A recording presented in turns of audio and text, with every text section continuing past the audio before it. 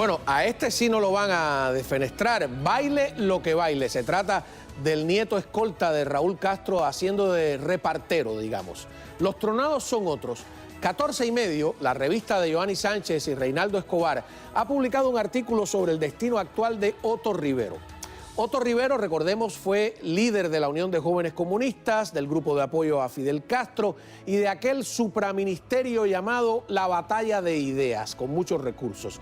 Raúl Castro lo defenestró a los pocos meses de enfermar su hermano Fidel. Hoy el atragantadito de Rivera rumia sus miedos y pesares en un puestecito en la salita Covarrubia del Teatro Nacional, ¿no? Nunca mejor los diminutivos aplicados. Dicen que ha recibido tratamiento psiquiátrico y se esconde discretamente por las esquinas. Yo no me alegro de su sufrimiento, pero comprendo que él jamás sintió compasión por quienes fueron defenestrados antes que él. Lo que me llama la atención es que Raúl Castro ha pasado por la cuchilla a casi todos aquellos jóvenes que fueron vistos alguna vez como el relevo generacional. Solo sobreviven el taimado de Abel Prieto y unos pocos. ¿Por qué la dictadura, como un Saturno tropical, devora a sus hijos? ¿Cuál será el destino, por ejemplo, del último delfín, el vicepresidente Díaz-Canel? Ahora se siente Dios, como en su momento se sintió Laje y Robaina, y más atrás Luis Orlando Domínguez o el pusilánime de Aldana. Pero el humor popular ahora les llama con el título de una conocida película, Los Dioses Rotos. Bienvenidos al Espejo. Bueno, aquí tenemos a uno de esos jóvenes que no se ha vendido por un puestecito, un carné, ni una cuota de poder. David de Omni Zona Franca, que es un activista, ¿no? Que es, dicho, muchísimas gracias por estar aquí, un placer, activista cubano. Y te presento a Daniel Benítez, que es un colega, periodista nuestro, que siempre me ayuda cuando tiene tiempo, ¿no? Porque es un reportero ocupado, a compartir con los invitados importantes como tú. Y digo importantes no por guataquería, ¿no? Lo digo porque esta generación se ha enfrentado a muchas cosas desde otro ángulo de la batalla esta, ¿no? que nos han planteado y que nos ha tocado. Más adelante veo que traes ahí una suerte de bocina ambulante, yo diría. Hoy las hay de moda. ¿Cómo se llama eso?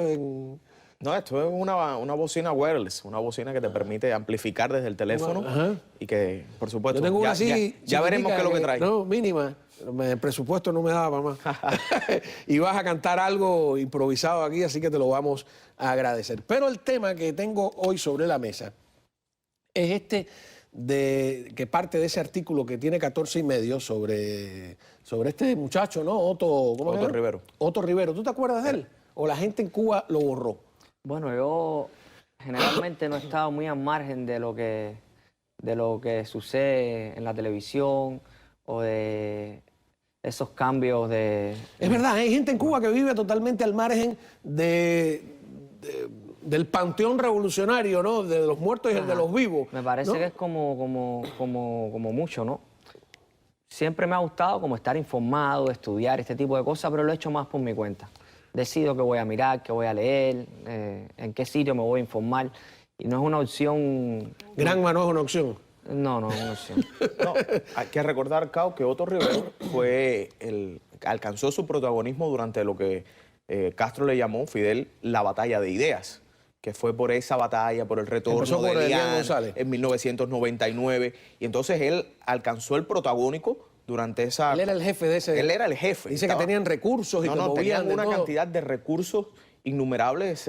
Imagínate que todas las semanas se hacía desde un municipio distinto de Cuba lo que era la tribuna abierta para lo cual se movilizaban miles de personas que se ponían carros, guaguas para transportar, para permitir el transporte de miles de personas hasta esta tribuna. Se movían los equipos de la televisión, las unidades de satélite, se mantenía esa ciudad tomada, ya sea un municipio intrincado o una ciudad más del centro, pero tomada durante la semana antes de esta mesa, de esta tribuna antiimperialista. Y ahí es donde Otto Rivero tiene su protagónico y era como el presentador y organizador de todo. Ahora, fíjate, es curioso porque a él lo llevan a Villamarista, lo meten, lo detienen, lo ponen en distintos puestos marginales después y ahora está ahí en el Teatro Nacional, la Salita Covarrubia, que es la más pequeña, ¿no? La Avellaneda yo creo que es la grande de ese teatro. Y dice que ha recibido tratamiento psiquiátrico, está que se muere de miedo, etcétera. Eso es lo que describe más o menos el artículo, ¿no? Y tiene lógica por el temor que infunden esta gente. Pero lo que nos estaba llamando la atención es que todos estos que vinieron por esa misma línea, UJC, Secretariado Nacional, llegaron al poder. Es que la UJC es el trampolín. Era el trampolín. El grupo de apoyo. Exacto. No, pero a todos les han pasado la cuchilla, ¿no? Por ejemplo, fíjate hasta qué punto, el día que Fidel Castro le traspasa alegremente el poder a su hermano y leen la famosa proclama. La proclama, hay eso fue otra julio cosa del que, 2002. 2003. La revolución energética era otra cosa que tenía mucho billete, qué sé yo. Se lo legan a Laje y a Pérez Roque. Los dos le pasaron la cuchilla. Y el que lee la proclama, ¿cómo es que se llama? Carlos Valenciaga. También le pasan la cuchilla, de la misma generación. Entonces yo digo, qué cosa tan curiosa está pasando. Vamos a recordar ese momento de la proclama. Delego, con carácter provisional, mis funciones como impulsor principal del Programa Nacional de la Revolución Energética en Cuba y de colaboración con otros países en este ámbito, en el compañero Carlos Laje Dávila, miembro del Buró Político y secretario del Comité Ejecutivo del Consejo de Ministros. Los fondos correspondientes para estos 3 programas, salud, educación y energético, deberán seguir siendo gestionados y priorizados como he venido haciéndolo personalmente por los compañeros Carlos Laje Dávila, secretario del Comité Ejecutivo del Consejo de Ministros, Francisco Soberón Valdés, ministro presidente del Banco Central de Cuba, y Felipe Pérez Roque. Bueno, ahí están los 3 que mencionó. Soberón también. También Soberón se fue del aire. Y esto fue año 2006, julio. Y bueno, este era el asistente personal de Fidel Castro, que no duró mucho tiempo cuando Raúl tomó el poder. Y es llamativo cómo Raúl se dedicó a esta limpieza de jóvenes, por lo menos de manera masiva, porque siempre han existido esta purga de los jóvenes que intentan sacar la cabeza. Los dirigentes probetas le llamaban, ¿no? Exacto. Estos dirigentes probetas que se fueron del aire apenas Raúl tomó el poder, para Raúl afianzar lo que sería la clase militar y con renombre. David, cuando yo entrevisto a estos exdirigentes, jóvenes, o cuando hablan, ¿no? Siempre dicen que no les quedó más remedio. ¿Qué voy a hacer? No. Hay una ley física que es: los cuadros ni se hacen ni se destruyen, se trasladan. O sea, eso se mueve ahí. Pero el problema básico, de base, que estamos teniendo es la cantidad de tiempo que están los dirigentes en el poder.